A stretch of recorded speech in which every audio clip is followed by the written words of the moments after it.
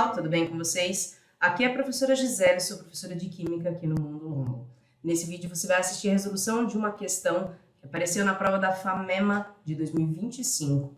O tema dessa questão é abordado na nossa apostila 7, nos módulos 15 e 16 da apostila do terceiro, e nos módulos 27 e 28 da apostila do extensivo. Nesse vídeo eu vou te ajudar a resolver essa questão, que é uma questão aberta do tema propriedades coligativas. E vocês sabem que questões abertas, especialmente da prova da VUNESP, como essa, tem um monte de conhecimento sendo cobrado na mesma questão. Bora para a leitura do enunciado. A adição de um soluto não volátil a um solvente altera as temperaturas de ebulição e de congelação desse solvente, produzindo soluções que são utilizadas em sistemas de arrefecimento e regulando a temperatura desses sistemas. A tabela apresenta a composição de 3 soluções formadas por solutos não voláteis. Observe que aqui a palavra é mesmo congelação, foi assim que veio escrito na pergunta. Bom, aí você tem uma tabela, nessa tabela tem 3 soluções. Solução 1 tem cloreto de magnésio, a fórmula e a concentração.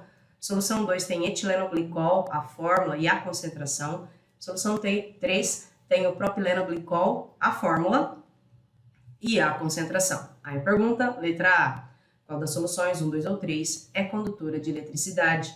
E ainda, qual é o tipo de ligação existente no soluto presente na solução condutora de eletricidade? Então você notou que no item A são 2 perguntas.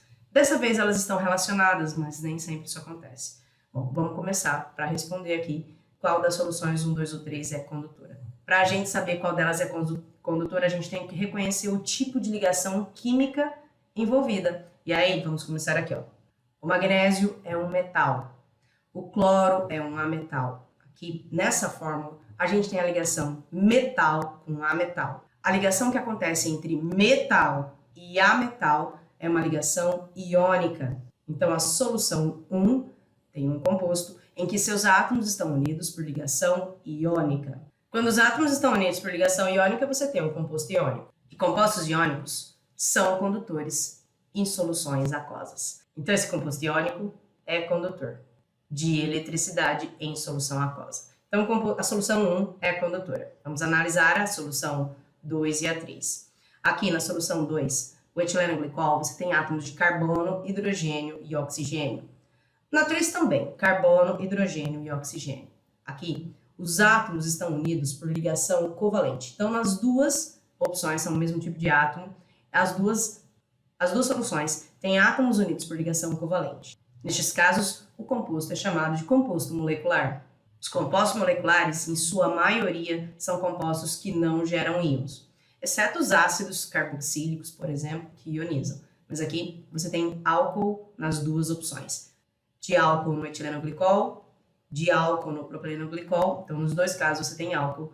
Esses compostos não são condutores. Nem a solução 2, nem a solução 3 é condutora. Vamos organizar a nossa resposta, então. Qual das soluções 1, 2 ou 3 é condutora de eletricidade? Apenas a solução 1 é condutora de eletricidade, porque apresenta íons livres. E se você quiser explicar por que o composto 1 é condutor de eletricidade, você pode comentar que apresenta íons livres em solução aquosa. Agora, ainda na A, qual o tipo de ligação existente no soluto presente na solução condutora? A ligação existente chama ligação iônica. E agora a gente já vai para o item B. E o item B, sim, é que é de propriedades coligativas. Vamos a ele. Qual das soluções 1, 2 ou 3 apresenta maior temperatura de congelação? E ainda complete o gráfico de temperatura versus pressão de vapor existente no campo de resolução e resposta, inserindo dentro dos círculos o número correspondente às 3 soluções apresentadas na tabela. Para resolver esse item B, espero que você tenha percebido, aqui é a nossa matéria, aqui é esse módulo 15, 16, 27, 28 das apostilas 7 do terceiro do curso. Aqui é a propriedade coligativa. Bom, para a gente resolver esse tipo de questão, a gente precisa lembrar que quando a gente adiciona um soluto não volátil a um solvente, acontece um esticar da temperatura da faixa do líquido. E para você lembrar disso, eu vou, primeiro de tudo, chamar a atenção de todo mundo que o cloreto de magnésio tem uma concentração de 0,1 mol por litro. Mas lembra quando um composto iônico é colocado em água, ele vira íon, e os íons são íon magnésio e ainda 2 íon cloreto. A concentração do composto cloreto de magnésio é 0,1. Quando libera os íons, quando dissocia, vira 0,1 desse e 0,2 desse. Então, o total de íon do cloreto de magnésio é de 0,3 mol por litro de íons. Então, o efeito é de 0,3 mols por litro. Etilenoglicol e propilenoglicol não liberam íon, a gente já tinha até passado por isso. Então, o efeito dele é de 0,1 mesmo, porque não libera íon. Então, vamos organizar aqui, ó. Esse 0,1, como dissocia, vai dar um efeito de 0,3 mol por íon. Esse aqui, como não dissocia nem ioniza, efeito 0,1. Esse aqui, efeito 0,2, porque ele também não ioniza. Se eu fosse fazer uma análise de como seria a faixa do líquido, como a gente aprendeu na aula, lembra? A gente faz assim. Se o solvente estivesse puro, ficaria assim. Então, aqui é o solvente puro. Essa é a faixa do líquido dele.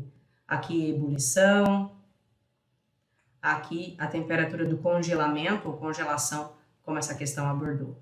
Quando você adiciona 1 mol por litro, olha o que você faz, você estica a faixa do líquido. A ebulição aumenta, congelamento diminui. Então, é isso que acontece.